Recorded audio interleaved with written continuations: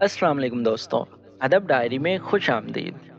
जैसा कि पिछली वीडियो में हमने बात की थी महावीर और जैन मत पर, आज हम इस वीडियो में बात करेंगे गौतम बुद्ध और बुद्ध मत पर। सन 563 कबल मसीह में हिमालय के दामन में कपिलवस्तु के राजा सिद्धोधाना के घर में एक शहजादा पैदा हुआ जिसका नाम सिद्धार्थ रखा गया।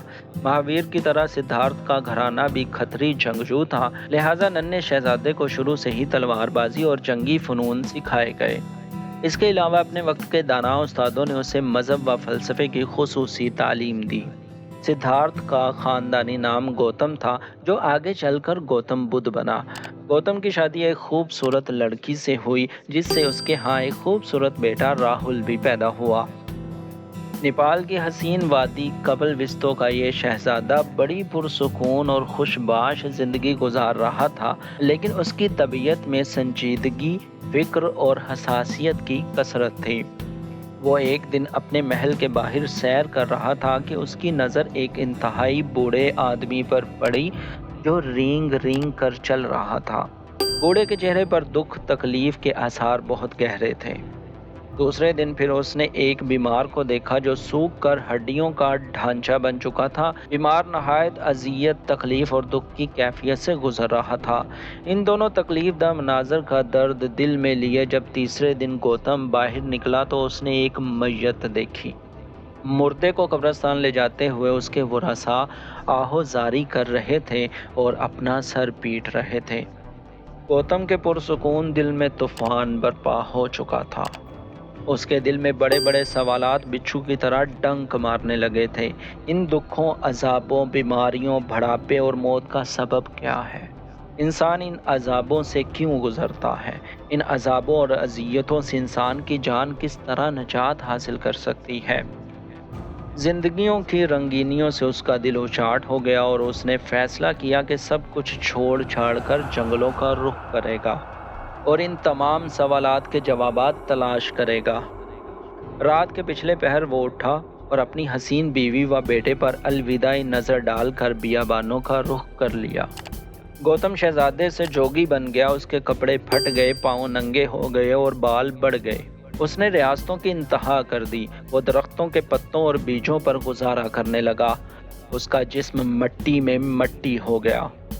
नफ्स को काबू करने के लिए तन को तपस्या देने लगा और जिस्मानी तकालीफ से गुजरने लगा। पहरों के पहर एक टांग पर खड़ा रहता।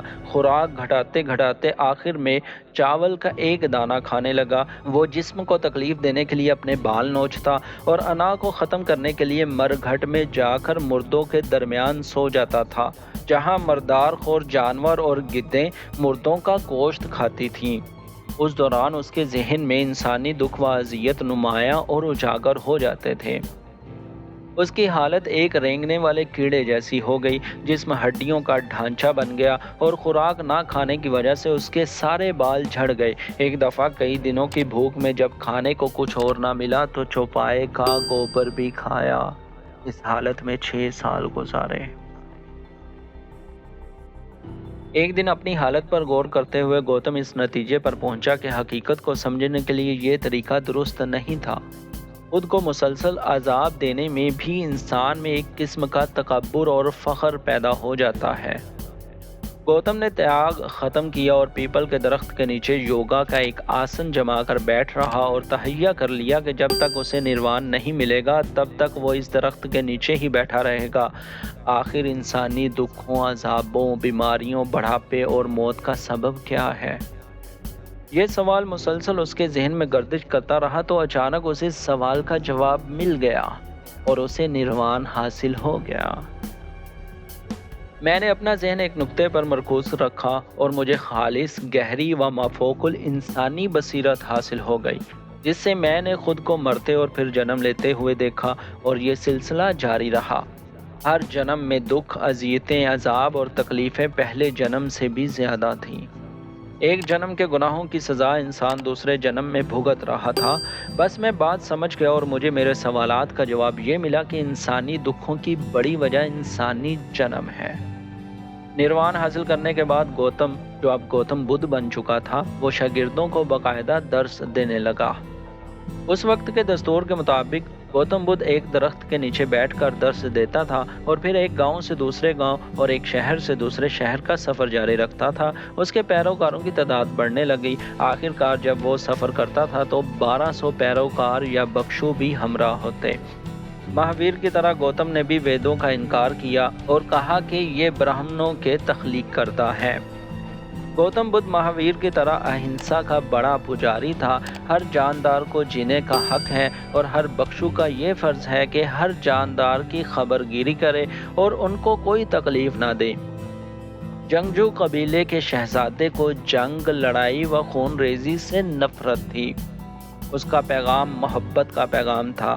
हज़रत ईसा से 5 सदियाँ पहले गौतम ने हज़रत ईसा की ही बात की थी, यानी नफ़रत का जवाब मोहब्बत से दें, तशद्दुद का जवाब अहिंसा से दें, किसी बहस या तकरारी मामले में सब्र से काम लें, ना सिर्फ मोहब्बत करें बल्कि हर इंसान और दूसरे जानदारों से हमदर्दी व रहम का बर्ताव करें, उनकी मदद करें, उनके काम आएँ। एक दफ़ा किसी आदमी ने गौतम से गाली गलौज की।